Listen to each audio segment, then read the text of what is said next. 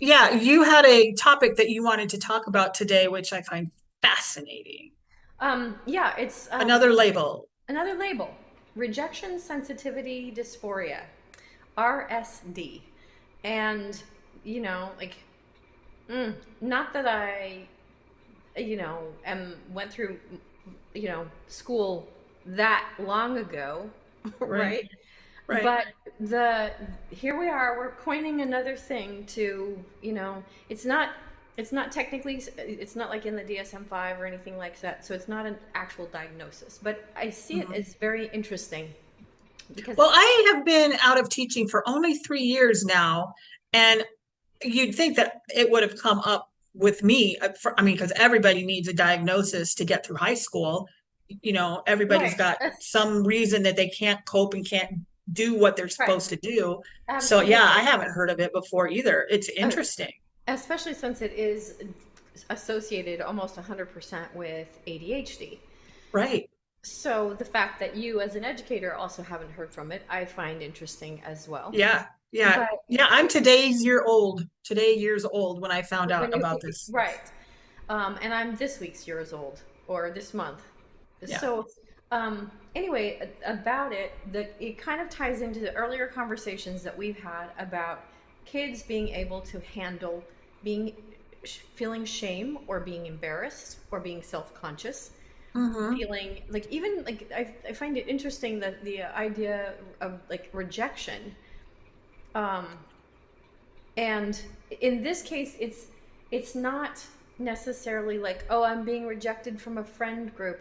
It is the Well, idea, yeah, it's not like a boyfriend rejecting you or a more, some love interest that's right? rejecting you. It's just having somebody say, not yet. Well, and like it is more about like my ideas are being rejected.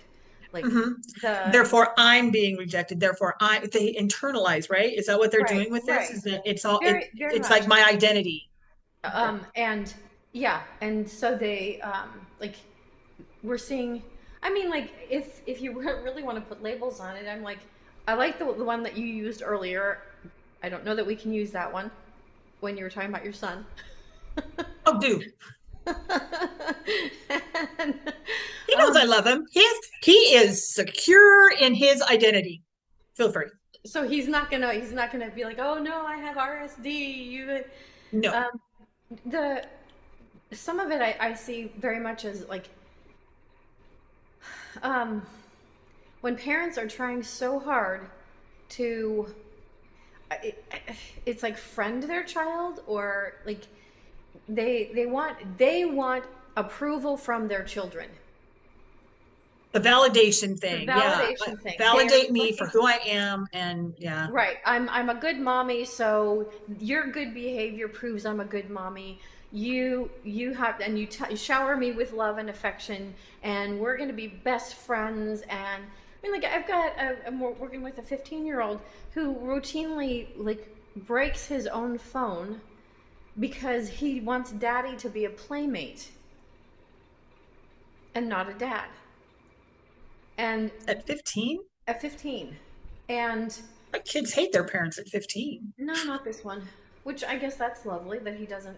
I mean, that's But good, I think. but the idea that they can't handle any kind of feedback. It's not even criticism. It's feedback. Hmm.